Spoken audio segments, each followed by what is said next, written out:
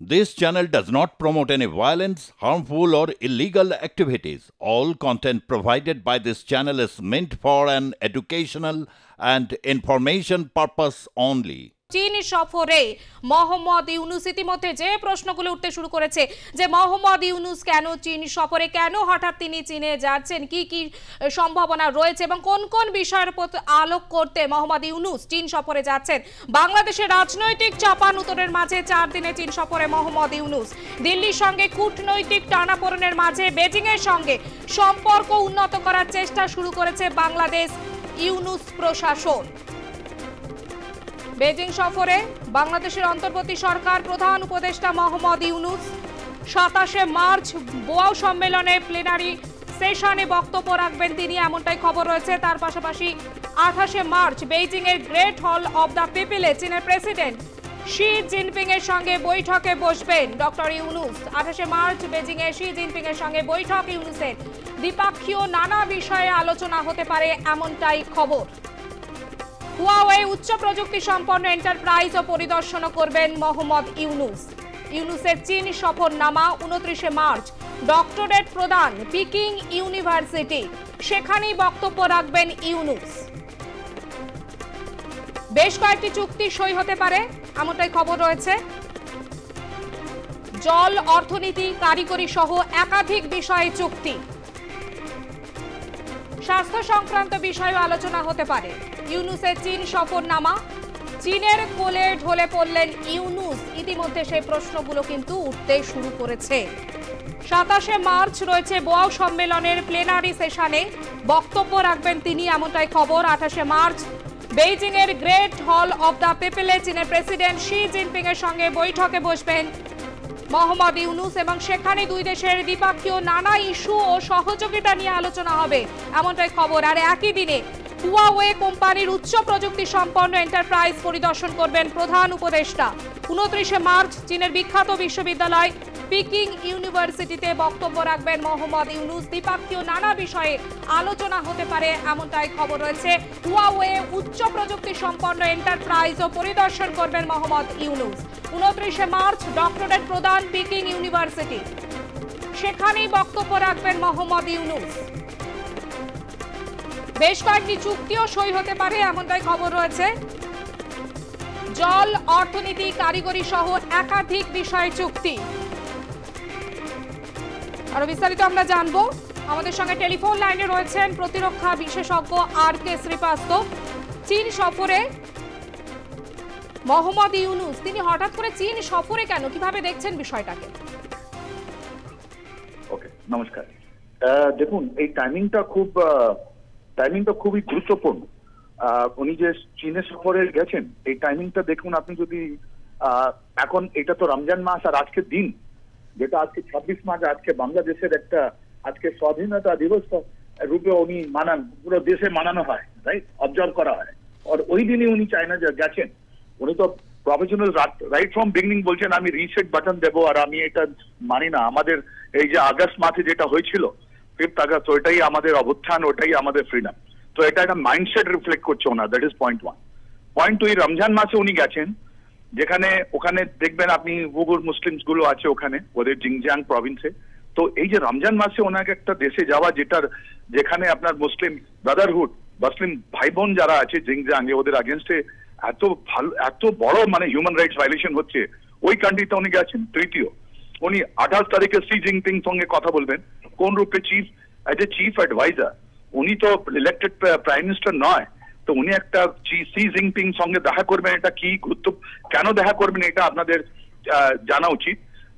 ওর মধ্যে আছে 1 বছর আগে, ঠিক 11 জুলাইয়ে প্রাইম মিনিস্টার শেখ হাসিনা বাজেও গেছিলেন চায়না, রাইট?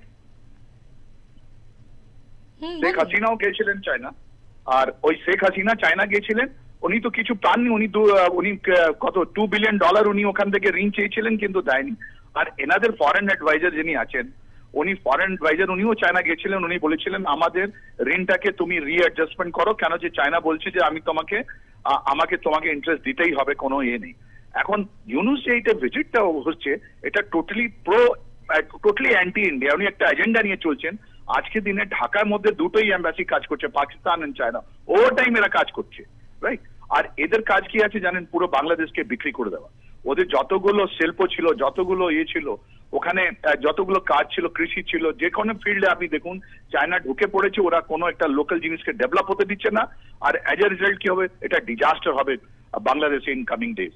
সো এটা আমি আচ্ছা, তারপর আছে ডিফেন্স কোঅপারেশন, অনেক গুরুত্বপূর্ণ জিনিস, যে বাংলাদেশের আর্মি 65 to 70% ওনার যে ডিফেন্স জিনিসগুলো আছে ওটা চায়না থেকে আসছে। আর ওই জিনিসটা ওরা কক্সবাজারে যদি সাবমারিন বেস হোক বা সাবমারিন হোক বা জঙ্গি বিমান হোক এসবগুলোর জন্য উনি যে গেছেন, এটা উনি একটা anti India, anti America, anti quad একটা গ্রুপে নিয়ে যাচ্ছেন, যেটা বাংলাদেশের জন্য ভালো হবে না। আর সব থেকে বড় গুরুত্বপূর্ণ, চায়না এনাকে একটা দিয়েছে, একটা হাওয়াই জাহাজ দিয়েছে, একটা সিভিলিয়ান এয়ারক্রাফট দিয়েছে ওনাকে আনার জন্য।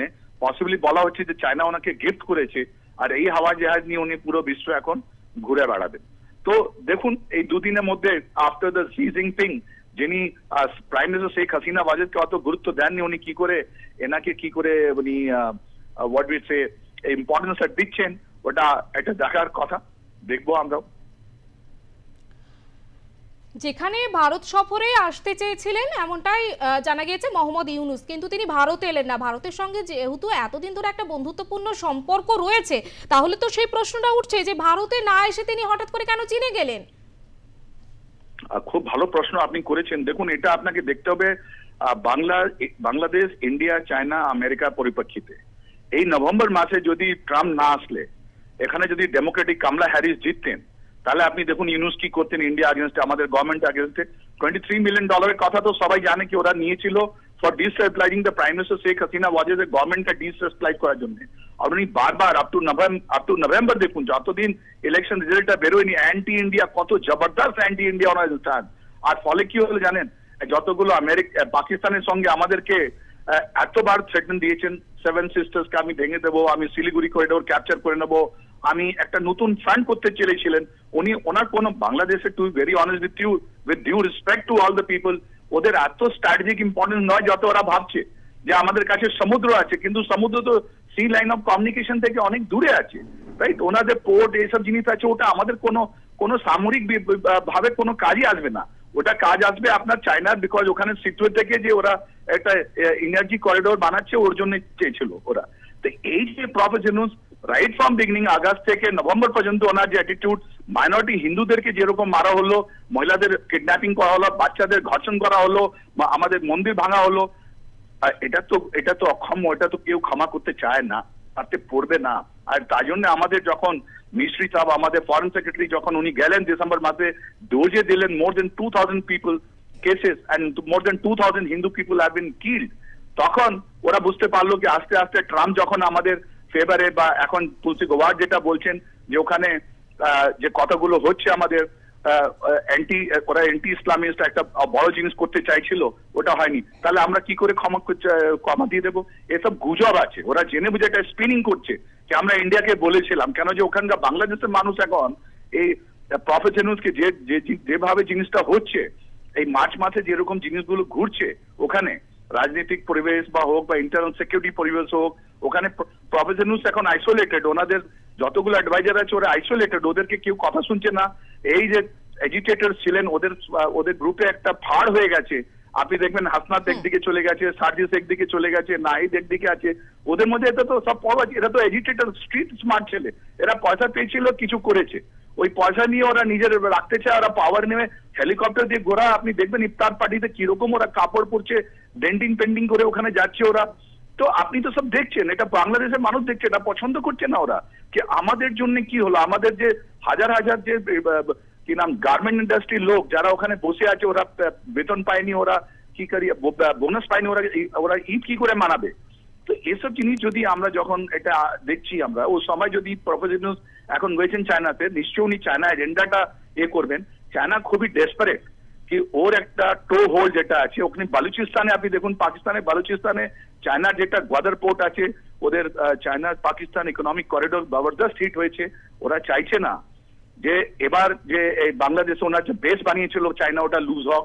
আর তার মধ্যে 24 তারিখে এই আপনাদের আমেরিকার একটা অনেক বড় জার্নাল, উনিও ছিলেন রিভিউ করতে কি ভাই তোমরা চাইছো কি সেন্ট মার্টিন নিয়ে, কক্সবাজার নিয়ে তোমরা আমাদের সঙ্গে আছো না, তোমরা অ্যালাউ করবে চাইনিজ সাবমারিনকে এখানে আসতে, ওদেরকে এসপেনজ ইন্টেলিজেন্স অ্যাক্টিভিটি করতে তোমরা আনবে কিনা। তো এইসব ব্যাপার আছে, এটা দেখে মনে হয় যে ইউনুস যে একটা নাচেন একটা বাংলাদেশকে এরকম জায়গায় নিয়ে যাচ্ছেন যেখানে ওদের অনেক ক্ষতি হয়ে যায়। বাংলাদেশের একটা অশান্ত পরিবেশ এখনো পর্যন্ত রয়েছে, আর এইরকম একটা পরিবেশের মধ্যে জিনপিং এর কাছে কি টোটকা নিতে গেলেন ইউনুস, কি মনে করছেন আপনি? দেখুন, চায়না বাংলাদেশের রাজনীতিতে, ইন্টারনাল রাজনীতিতে অনেক ইন্টারফারেন্স করছে। এটা আপনি এটা প্রফেশনাল চায়না যাচ্ছেন, এটা তো মিডিয়াতে এসছে, অনেকগুলো জিনিস আপনি জানতে পারছেন। এটা তো মানুষকে জানিয়ে দেওয়া উচিত। বিএনপি বাংলাদেশ ন্যাশনাল পার্টির একটা টিম অলরেডি চায়নাতে আছে, ওরা অলরেডি চায়না ভিজিট করে নিয়েছে। চায়না ওদের সঙ্গে এখন ইন্টারনাল পলিটিক্স ওরা বুঝতে পেরেছে, চায়না বুঝতে পেরেছে যদি ওদের ইকোনমিক ইন্টারেস্টটা যদি বাঁচাতে হয় তাহলে ওদের একটা পলিটিক্যাল একটা টো হোল্ড লাগবে। ওই টো হোল্ডের মধ্যে ওখানে বাংলাদেশের ভিতরে যেটা লোকগুলো আছে, যারা পলিটিক্যাল পার্টি আছে, ওদেরকে আস্তে আস্তে করে ওরা কিনছে। ওরা জানে আওয়ামী লীগ সঙ্গে ওদের বিজনেস করে কোনো লাভ নেই, ওরা পজিশন চেঞ্জ করে নিয়েছে। তো বিএনপি সঙ্গে ওরা আছে, বিএনপি কে ডেকেছে। ওরা মৌলবাদী যত সংগঠন আছে ওদের কোনো প্রবলেম নেই, জামাত ইসলাম, হিফাজ ইসলাম, হিজবুত তাহির, ওদের সঙ্গে ওরা পয়সা দিচ্ছে। তো ওরা একটা বহুত গুরুত্ব একটা পজিশন ওরা চাইছে যে আমরা বাংলাদেশে আমাদের যে টো হোল্ড আছে, আমাদের যে ইনভেস্টমেন্ট আছে in terms of infrastructure, Bridges, ports, energy, private sector, যতগুলো পয়সা দিয়েছে ওরা চাইছে যে আমাদের পয়সাটা লস না হয়। তাই জন্য ওরা এরকম প্রফেশনালসকে ডেকেছেন। হয়তো বলেছেন আমি ডক্টরেট দেবো, কিন্তু ডক্টরেট এতে অনেক পয়সা দেবেন, এই হাওয়াই জাহাজটা ওনাকে গিফট করলো, আরো কিছু গিফট দেবে।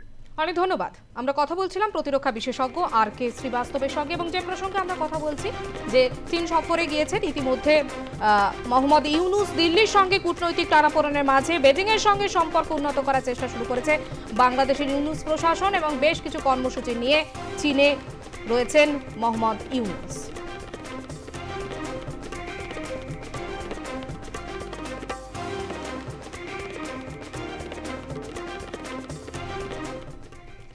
এবার চীন সফরে মোহাম্মদ ইউনুস, এখনো ভারত সফরে এলেন না অন্তর্বর্তী উপদেষ্টা, অথচ শি জিনপিং এর সঙ্গে বৈঠক সারতে সোজা চীন দৌড়লেন ইউনুস। বর্তমানে বাংলাদেশের অশান্ত পরিস্থিতিতে ইউনুসের চীন সফর নিয়ে কি বললেন আমাদের editor in chief Sujit Chattopadhyay, শুনে নেব। এই খেলায় যেহেতু গ্লোবাল পার্সপেক্টিভের এই যে খেলা, ভূ রাজনৈতিক এই খেলায় তিনি পরাজিত হয়েছেন। আর্মির ঢক্কানিনাথ সামনে আর্মি পজিশন নিয়ে রয়েছে ঢাকার বিভিন্ন জায়গায়, এবং স্বাধীনতা দিবস পালনের মধ্যে থেকে প্রথম তো হুঙ্কার ছিল স্বাধীনতা দিবসই নাকি মানে না, এবং স্বাধীনতার ৭১ নিয়ে প্রশ্ন তুলেছে। তিনি সেভাবে যে তুলেছেন এমনটা বলবো না, কিন্তু যারা প্রশ্ন তুলেছে তাদের সেরকম কোনো বাধাও দেননি, বরঞ্চ তাদেরকে বলেছেন যে তাদের রিকোয়েস্টেই তিনি থেকেছেন, সেটা বারবার করে রয়েছে। এখন এই জায়গা থেকে দাঁড়িয়ে ডক্টর ইউনূসের একটা ইচ্ছা ছিল, এবং তিনি বাংলাদেশে ভেবেছিলেন যে নির্বাচনের আগে তিনি সংস্কার করবেন, কিন্তু সংস্কারের সেই তার যে স্বপ্ন, সেই স্বপ্নতে জল ঢেলে দিয়েছিল প্রথম থেকেই হচ্ছে Bangladesh nationalist party. Bangladesh nationalist party বলেছে, এবং তার যে সর্বশেষ ভার্সন গতকাল এসছে তারেক রহমানের বিবৃতি, তারেক রহমান পরিষ্কার বলেছে সংস্কার আজীবন চলতে থাকবে, যতদিন বাংলাদেশ থাকবে ততদিন সংস্কার চলবে। কিন্তু নির্বাচনটা কেন নয়? গণতন্ত্রের প্রথম প্রশ্ন নিয়ে তারেক রহমান যে প্রশ্নটা তুলেছেন তার ডক্টর ইউনূসের কাছে একদম হুলের মতো বিঁধবে। তিনি বলেছেন যে সাধারণ মানুষকে যদি জিজ্ঞাসা করা হয় গণতন্ত্র বলতে সে কি বোঝে, সে এটা বোঝে যে নির্দিষ্ট সময় ভোট হয় এবং সে নির্বিঘ্নে গিয়ে শান্তিতে সে ভোট দিতে পারে। এই যে কনসেপ্টটা তিনি বলেছেন, ডক্টর ইউনূস ভোটের নাম শুনলে তার গায়ে জ্বর এসে যায়, তিনি ভোটের নাম শুনলেই গায়ে জ্বর এসে যাচ্ছিল।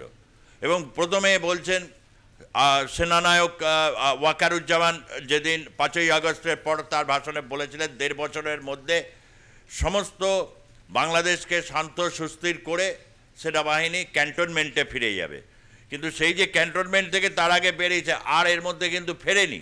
উল্টে ম্যাজিস্ট্রেসি পাওয়ার পর সেনাবাহিনী পরিষ্কার বুঝিয়ে দিয়েছে যে ডক্টর ইউনূসকে যে আপনি কিন্তু ব্যর্থ এই কারণে ব্যর্থ, এই জায়গাগুলো নিয়ন্ত্রণ করতে পারছেন না, এবং সবচেয়ে বড় কথা হচ্ছে তার ডিসিশনকে যেভাবে চ্যালেঞ্জ করেছে হচ্ছে হাসনাত আবদুল্লাহ, যদিও সে সমন্বয়, কিন্তু সে উপদেষ্টা ছিল না, কিন্তু যারা উপদেষ্টা ছিলেন সেই উপদেষ্টারা কিন্তু অনেকটাই তার বিরুদ্ধে যেরকম বলে দিয়েছেন, তাতে একটা জিনিস খুব পরিষ্কার যে একটা দূরত্ব তৈরি হয়েছে।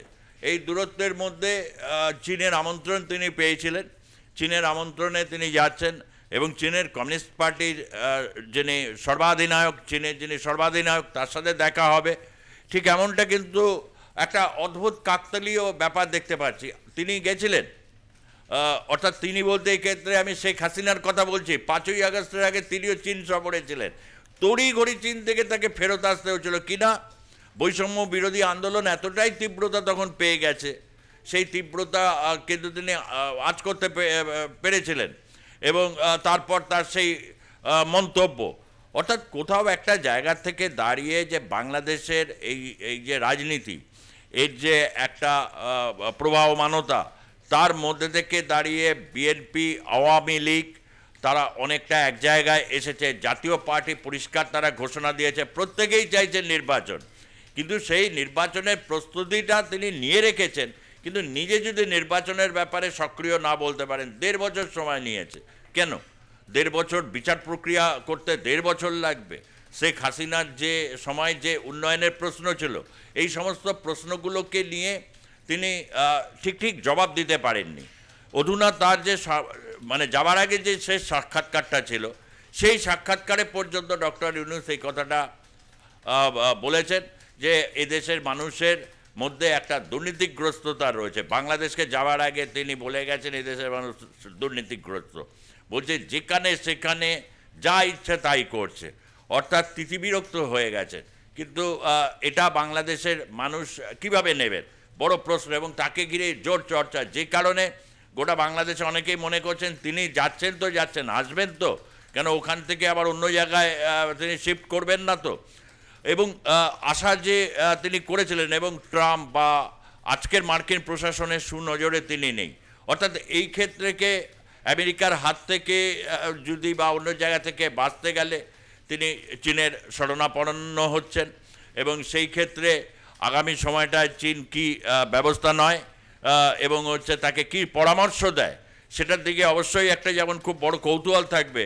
কিন্তু যাওয়ার আগে তাই বলে এরকম নিজের দেশের লোককে এইভাবে বলে যাওয়া, এটা অনেকেই যেন হজম করতে পারছেন না, এবং তাকে দিয়ে ভেবেছিল যে অনেকটা কার্য সিদ্ধি করতে পারবে। এই ছাত্র সমন্বয়করা তারা রাজনৈতিক দল তৈরি করেছে। বাংলাদেশের ইতিহাসে এই রাজনৈতিক দলের ক্ষেত্রে নাগরিক শক্তি বলে যে দলটা করেছিলেন ডক্টর ইউনূস, তার রাজনৈতিক উচ্চাভিলাষা নেই। যতই তিনি বলুক, ইতিহাস তো অন্য কথা বলছে, তিনি তো রাজনৈতিক দল করেছিলেন নাগরিক শক্তি, এবং তার যারা সমন্বয়ক তারাও একটা রাজনৈতিক দল করলো, সেটার নাম হচ্ছে জাতীয় নাগরিক পার্টি। এই নাগরিক শব্দটা এলেই যত গণ্ডগোল হয়ে যাচ্ছে। তাই চীন যাওয়ার আগে তিনি নাগরিকদের একদম কোষে তিনি দিয়ে গেছেন, যাকে বলে দুর্নীতিগ্রস্ত একটা সম্মান দিয়ে গেছেন। এটা হজম কতটা বাংলাদেশ আগামী সময় করতে পারবে, এটা একটা বড় প্রশ্ন। অর্থাৎ সব মিলিয়ে সেনাবাহিনী এবং হচ্ছে ডক্টর ইউনূস এই টানাপোড়েনের মধ্যে থেকে ডক্টর ইউনূস কিন্তু একেবারে লাস্ট ল্যাপে যখন তিনি পৌঁছলেন, তিনি কিন্তু সেনাবাহিনীর বুদ্ধির কাছে এবং শাহাবুদ্দিন চুপ্পুর সৌকর্যের কাছে তিনি ঠিক দাঁড়াতে পারলেন না। এবং এই দাঁড়ানোর ক্ষেত্রে যাদের উপর তারা ভরসা করেছিলেন, বা বাংলা একটা কথা আছে হিড়িক মেরে নামিয়ে দেওয়া, তাকে যারা হিড়িক দিয়েছিল সেই সমস্ত ছাত্র সমন্বয়করা একেবারে কেচে গন্ডুস করে দিয়েছে। এমতো পরিস্থিতিতে সেনাবাহিনী এখন অনেকটাই কন্ট্রোল নিয়েছে, এবং স্বাধীনতা দিবস, সেই স্বাধীনতা দিবস এই আজকের 26শে মার্চ ঠিক গত রাতে অপারেশন সার্চ লাইট করে গিয়েছিল হানাদার বাহিনী, যা পৃথিবীর ইতিহাসে এক সবচেয়ে নারকীয় জঘন্যতম একদিনের সবচেয়ে বড় গণহত্যার রেকর্ড করে দিয়েছিল পাক সেনাবাহিনী ইয়াহিয়া খানের নেতৃত্বে। হাজারে হাজারে বুদ্ধিজীবীকে, প্রফেসরদের, আইনজীবীদের, সাংবাদিকদের একেবারে হচ্ছে বেনটের সামনে ঝাঁঝরা করে দিয়েছিল। সেই জন্যেই 26শে মার্চ যখন তিনি গ্রেপ্তার হচ্ছেন মুজিবুর রহমান, তার আগে স্বাধীনতার ডাক দিয়ে গেছিলেন, এবারের লড়াই স্বাধীনতার লড়াই। সেই স্বাধীনতা দিবস বলেছিলেন ডক্টর ইউনূসরা যারা যে তারা পালন করতে দিতে পারবেন না, কিন্তু বাংলাদেশের মুক্তিযুদ্ধের ফোর্স পদ্মার ফোর্সের মতোই, দুর্বার গতি পদ্মার মতোই।